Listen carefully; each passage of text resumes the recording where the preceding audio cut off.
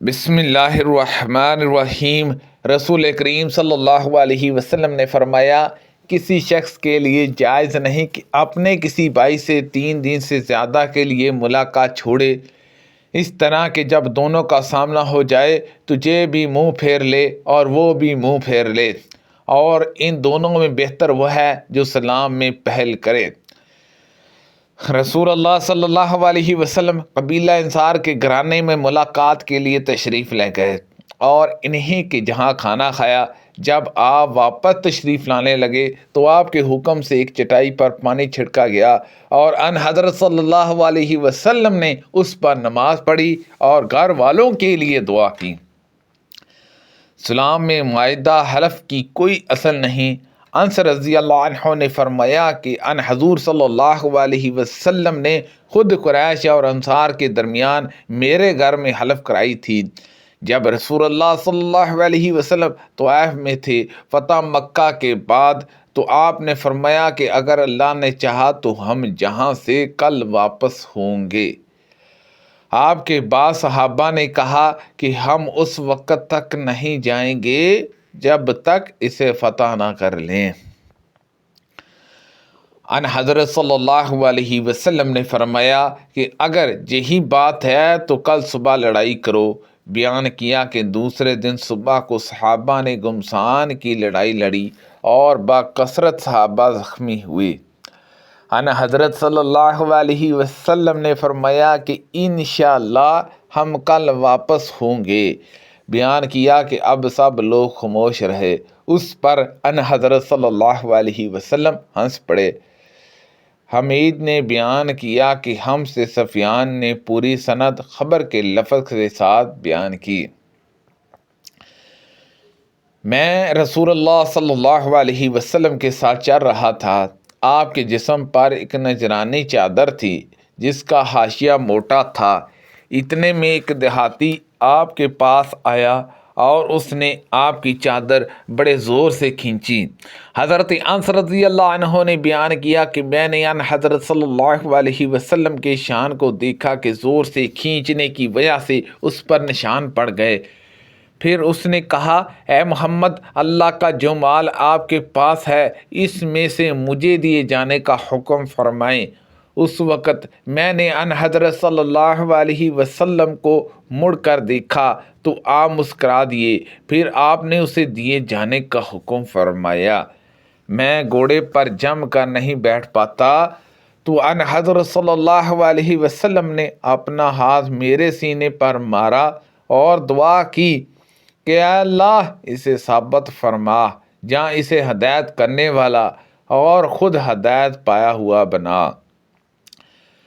ام سلیم رضی اللہ عنہا نے عرض کیا، یا رسول اللہ صلی اللہ علیہ وسلم، اللہ حق سے نہیں شرماتا، کیا عورت کو جب احتلام ہو تو اس پر غسل واجب ہے؟ ان حضرت صلی اللہ علیہ وسلم نے فرمایا کہ ہاں، جب عورت پانی دیکھے تو اس پر غسل واجب ہے۔ اس پر ام سلیم رضی اللہ عنہا ہنسی اور عرض کیا کہ عورت کو بھی احتلام ہوتا ہے؟ ان حضرت صلی اللہ علیہ وسلم نے فرمایا، پھر بچہ کی صورت ماں سے کیوں ملتی ہے؟ نبی کریم صلی اللہ علیہ وسلم کو اس طرح کھل کر کبھی ہنستے نہیں دیکھا کہ آپ کے حلق کا قوا نظر آنے لگتا ہے۔ آپ صرف مسکراتے تھے۔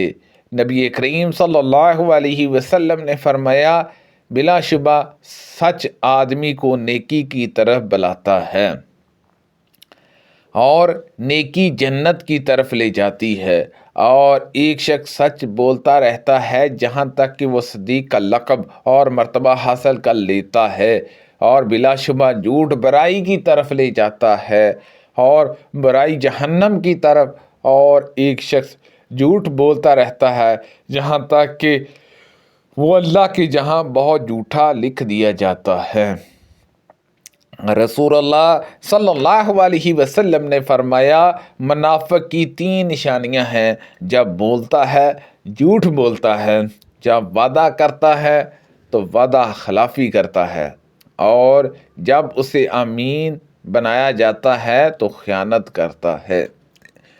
نبی کریم صلی اللہ علیہ وسلم نے فرمایا میرے پاس گزشتہ رات خواب میں 2 آدمی آئے، انہوں نے کہا کہ جسے آپ نے دیکھا کہ اس کا جبڑا چیرا جا رہا تھا وہ بڑا ہی جھوٹا تھا، جو ایک بات کو لیتا اور ساری دنیا میں پھیلا دیتا تھا، قیامت تک اس کو یہی سزا ملتی رہے گی۔ بلا شبہ سب لوگوں سے اپنی چال ڈال اور وضع اور سیرت میں رسول اللہ صلی اللہ علیہ وسلم سے سب سے زیادہ مشابہ حضرت عبداللہ بن مسعود رضی اللہ عنہ ہیں۔ جب وہ اپنے گھر سے باہر نکلتے اور اس کے بعد دوبارہ اپنے گھر واپس آنے تک ان کا یہی حال رہتا ہے، لیکن جب وہ اکیلے گھر میں رہتے تو معلوم نہیں کیا کرتے رہتے ہیں۔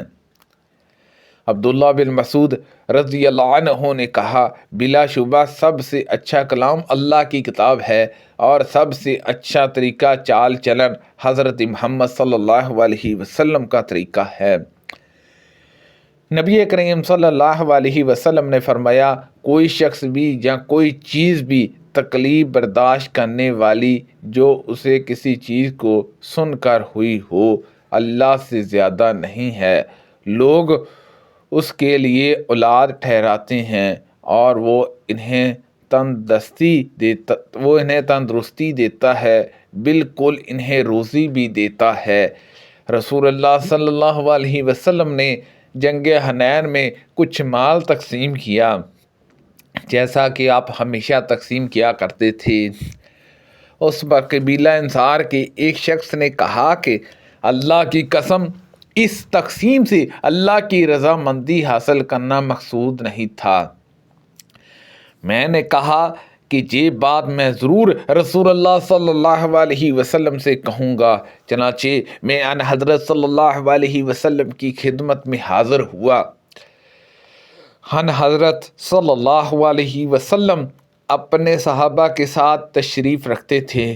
میں نے چپکے سے یہ بات آپ صلی اللہ علیہ وسلم سے کہی۔ ان حضرت صلی اللہ علیہ وسلم کو اس کی یہ بات بڑی ناگوار گزری اور آپ کے چہرے کا رنگ بدل گیا اور آپ غصے ہو گئے، جہاں تک کہ میرے دل میں یہ خواہش پیدا ہوئی کہ کاش میں نے ان حضرت صلی اللہ علیہ وسلم کو اس بات کی خبر نہ دی ہوتی۔ پھر ان حضرت صلی اللہ علیہ وسلم نے فرمایا موسیٰ علیہ السلام کو اس سے بھی زیادہ تکلیف پہنچائی گئی تھی، لیکن انہوں نے صبر کیا۔ نبی کریم صلی اللہ علیہ وسلم نے ایک کام کیا اور لوگوں کو بھی اس کی اجازت دے دی، لیکن کچھ لوگوں نے اس کا نہ کرنا اچھا جانا۔ جب ان حضرت صلی اللہ علیہ وسلم کو اس کی اطلاع ہوئی تو آپ نے خطبہ دیا اور اللہ کی حمد کے بعد فرمایا ان لوگوں کو کیا ہو گیا ہے جو اس کام سے پرہیز کرتے ہیں جو میں کرتا ہوں؟ اللہ کی قسم میں اللہ کو ان سب سے زیادہ جانتا ہوں اور ان سب سے زیادہ اللہ سے ڈرنے والا ہوں۔ حضرت ابو سعید خدری رضی اللہ عنہ نے بیان کیا کہ نبی کریم صلی اللہ علیہ وسلم کنواری لڑکیوں سے بھی زیادہ شرمیلے تھے۔